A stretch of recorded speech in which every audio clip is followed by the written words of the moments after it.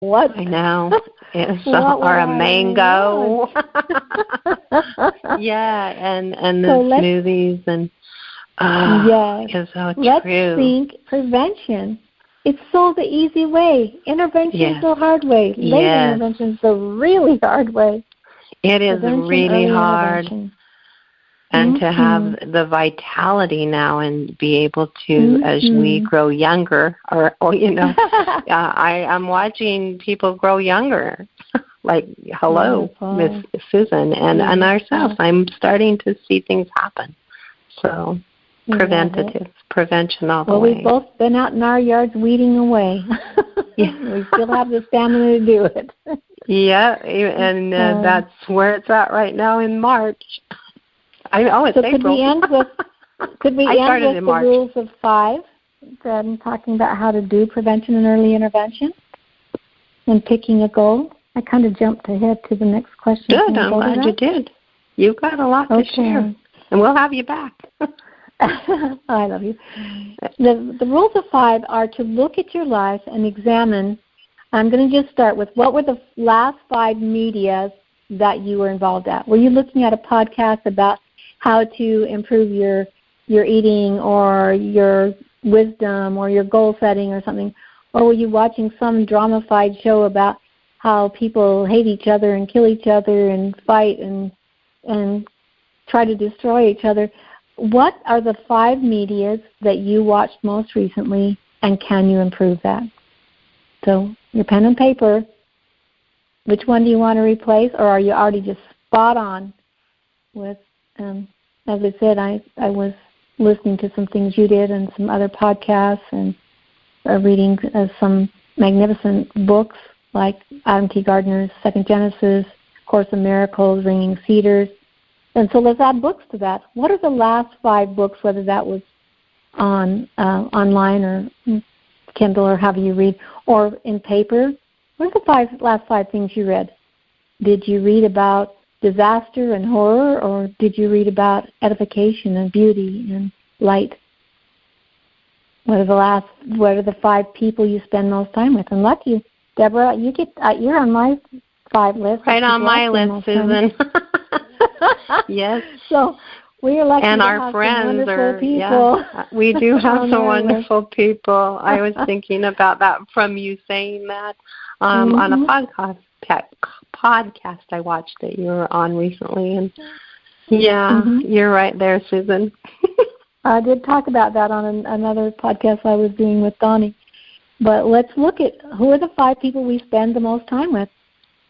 And even more interestingly, would everybody want to have us as one of their 5 people they spend the most time with? Yeah. Pretty interesting thought. What are the 5 foods you ate most of this week? Because spinach is on right now, we've been loading ourselves with your spinach. In fact, this is kind of gross to say, but it comes out green. It does. I've been eating a lot of spinach lately. So I remember beets. I thought first time I had been drinking a lot of beet juice, I was like, oh no, I've forgotten. And I'm glad that I did panic for a minute because I went, am I okay? Yep. Okay, we'll continue. Listeners, what 5 foods did you eat most this last week? Do you want to replace one of those? Do you want to weed one out? Do you want to add a different one?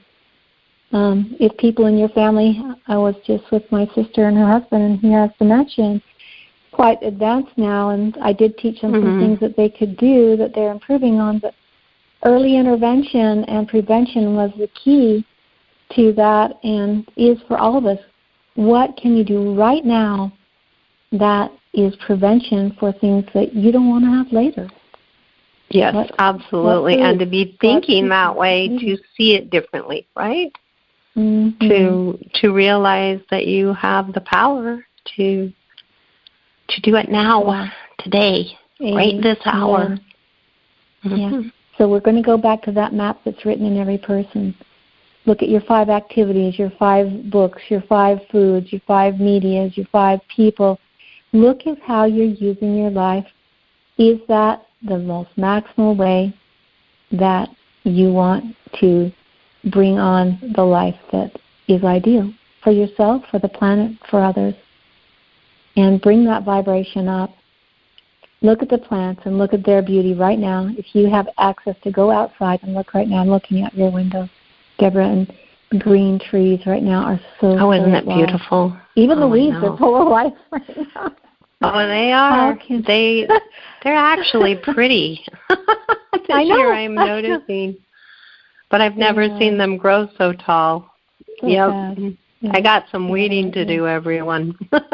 And I keep weeding the front, and we've got the gardens on the top of our roof, and yep.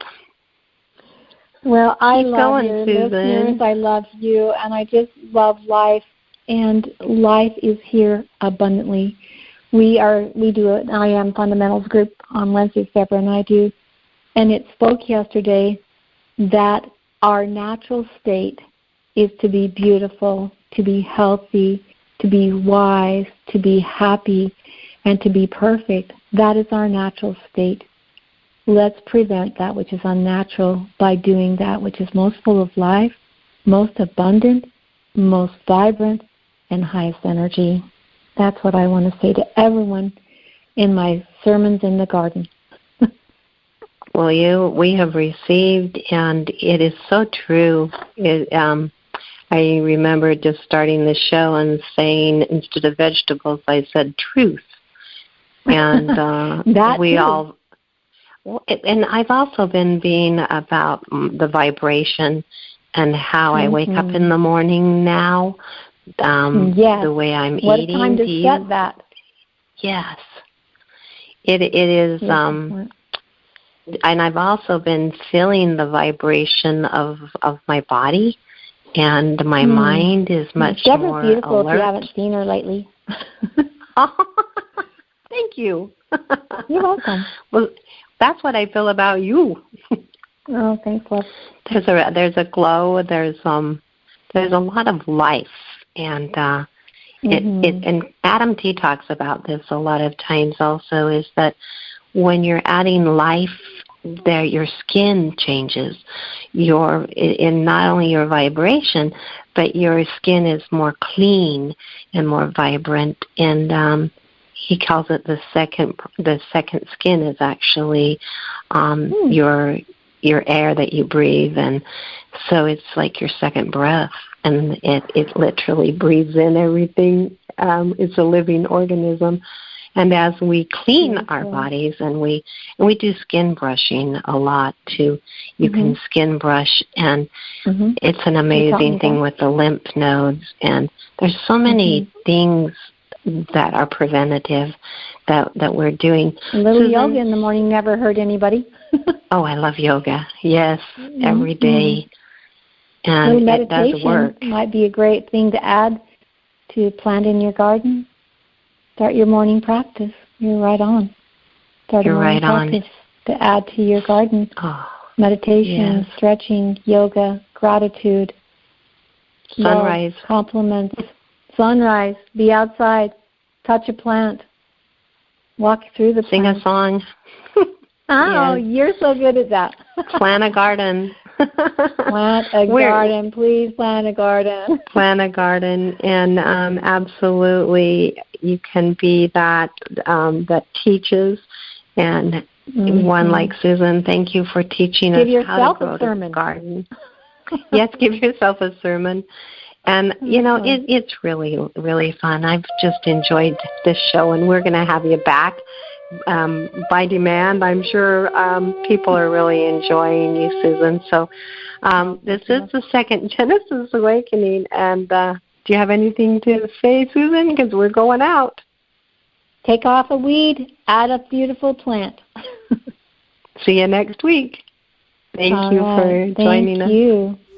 Join us next time as the second Genesis Awakening unfolds further mysteries into how our lives can be transformed through ancient insights and modern understandings of how the universe works upon us and within us.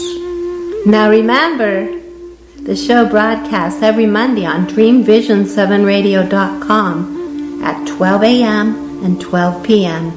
Eastern Standard Time. In the meantime, you can catch me on my website anytime. CallInAllAngels.com. I've written a number of songs, and they're available for download on my website.